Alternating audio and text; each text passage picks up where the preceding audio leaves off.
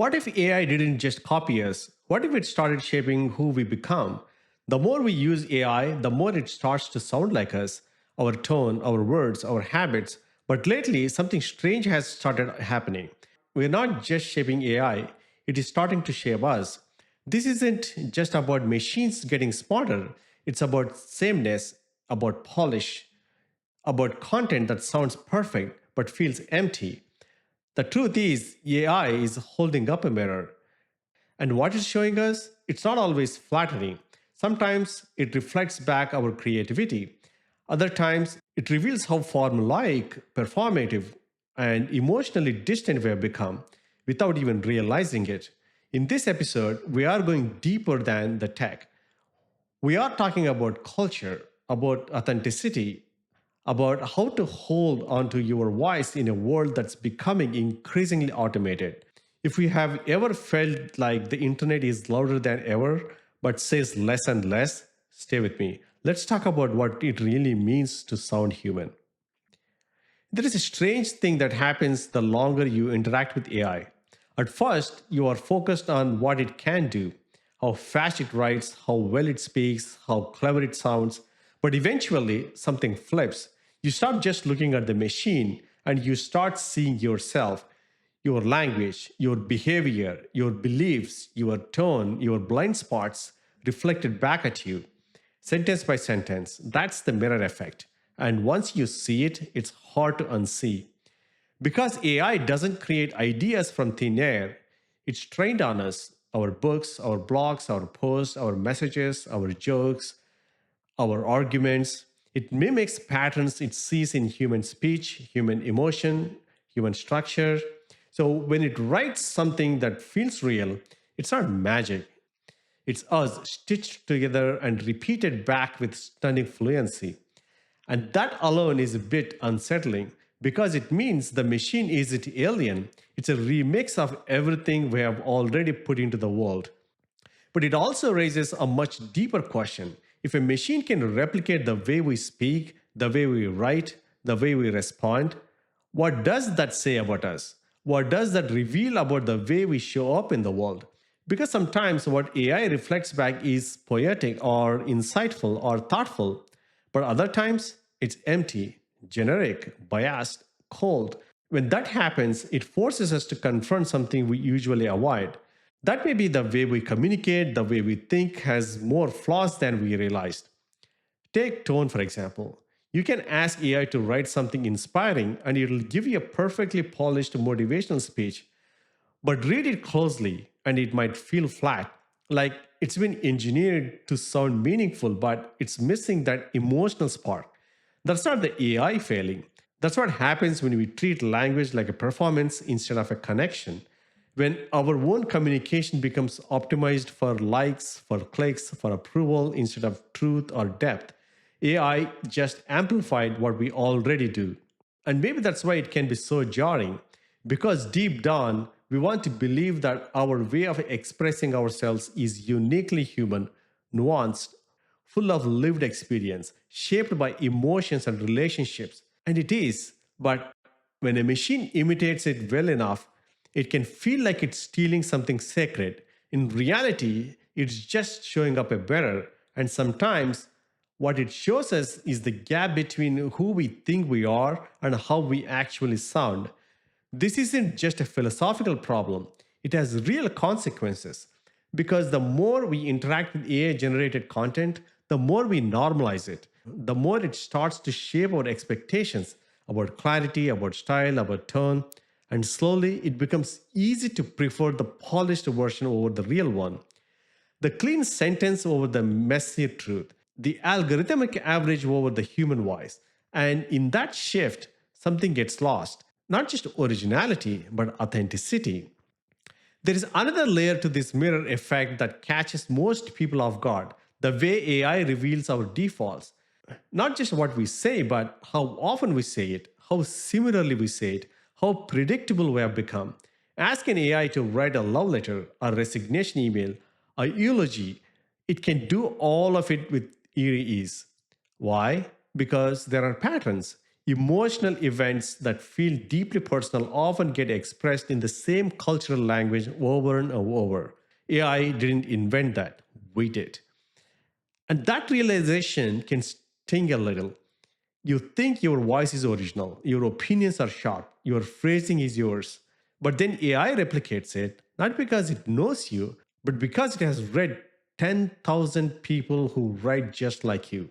Suddenly, what felt personal starts to look a lot more like a template. And that's not just a commentary on AI, that's a wake up call for how easily we slide into habits of expression, how often we lean on language we didn't even realize we were copying. What's more unsettling, though, is how quickly we start imitating the machine back. You've probably seen it.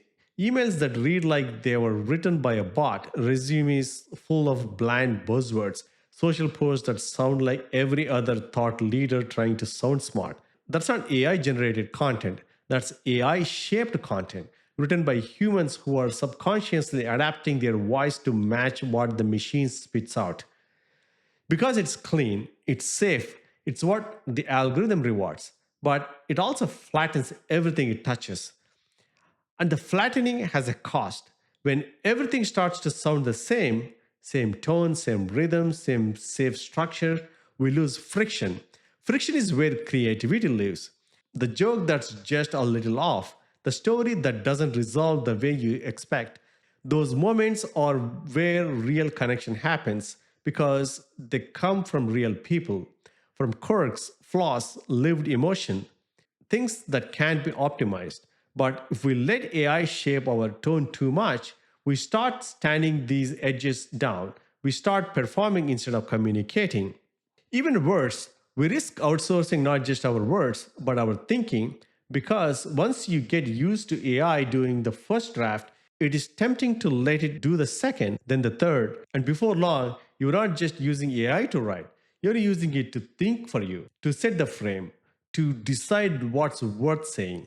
And that's where the mirror becomes a trap. It doesn't just reflect your habits, it starts to shape them, not by force, but by convenience. And convenience is powerful, especially when it gives you something polished, impressive, and instant. But what it doesn't give you is perspective. Perspective takes time, it takes contradiction, it takes the ability to hold two conflicting ideas and wrestle with them. AI doesn't do that. It collapses complexity into something that sounds right. But something right isn't the same as being right. And if we stop doing the wrestling ourselves, we risk becoming fluent in a language that no longer challenges us. Because here is the deeper truth: AI can't take away your voice, but it can lull you into forgetting how to use it. And that forgetting doesn't show up as silence, it shows up as sameness. That creeping sense that everything is well written, but none of it moves you. Everything is informative, but none of it feels alive. It's like eating food that looks perfect, but it has no flavor. Clean, efficient, and totally forgettable. So, what do we do with this mirror we have built? Because that's what it is: not a mind, not a monster, not magic, just a mirror, but a powerful one that reflects not only what we have said, but what we have prioritized, what we have normalized, what we have allowed to become the default. And looking into it means confronting what we have been echoing without even noticing.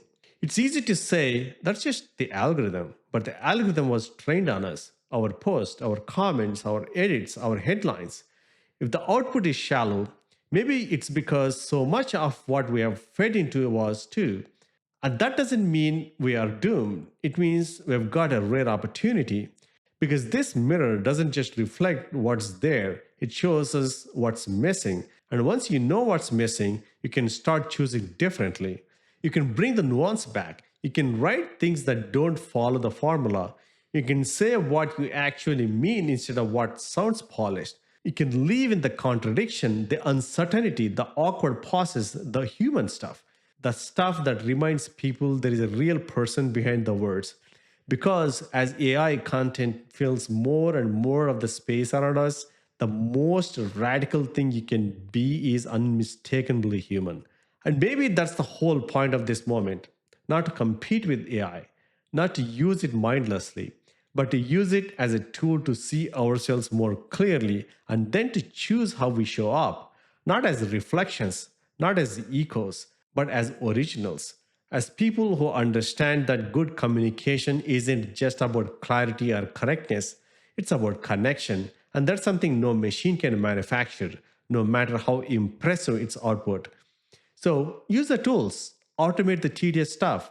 Let AI be your assistant, your brainstorm partner, your draft generator, but don't let it define your voice. That voice, your real one, is what people will remember. It's what builds trust.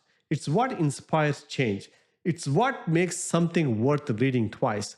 Because this isn't just a moment to watch passively, it's a moment to reflect on how we speak, on what we share, on the kind of culture we're building, one sentence, one post, one reply at a time. AI will keep getting better at sounding human, but being human, that's still on us. And maybe that's the real power of this technology, not in what it can do, but in what it shows us about ourselves, what we have normalized, what we have ignored, and what we might choose to do differently next time. Thanks for watching. And if this made you pause or think or feel something, I'd love to hear what stood out to you most.